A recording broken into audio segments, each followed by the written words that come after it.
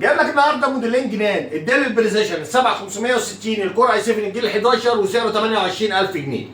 وجايب لك معاه الديل البريسيشن ال 7550 الجيل العاشر وسعره 24000 جنيه. العروض دي متاحه معانا لمده 3 ايام بس يا جماعه. جايب لك عرضين جنان، ديل بريسيشن 7560 والديل البريسيشن ال 7550. اجهزه ورك ستيشن، اجهزه 2 فانه، اجهزه بتشتغل 24 ساعه في ال 24 ساعه.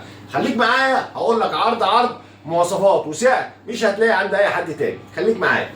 اول عرض معانا في الديل البريسيشن ال 7550 غني عن التعريف، اجهزه 2 فانه، اجهزه بتشتغل 24 ساعه في ال 24 ساعه. المواصفات بتاعتها الكور اي 7 الجيل العاشر ال10 850 اتش برامات 16 جيجا دي رام 4، هارد بيبقى 512 اس اس دي ام 2. اجهزه معدن، اجهزه طبعا شاشه 15 و6 وفول كيبورد.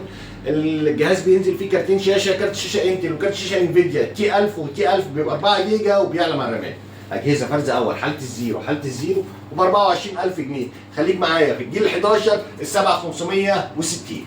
العرض الثاني معانا في الديل البريسيشن ال 7560 برضه اجهزه استيراد 15 و6 الكور اي 7 الجيل 11 850 اتش برامات 16 جيجا دي رام 4 قابله للزياده طبعا. هارد بيبقى 512 اس اس دي ام 2، شاشه 15 و6 فول كيبورد، فينجر برنت، كاميرا. اجهزه حاله الزيرو وطبعا معدن.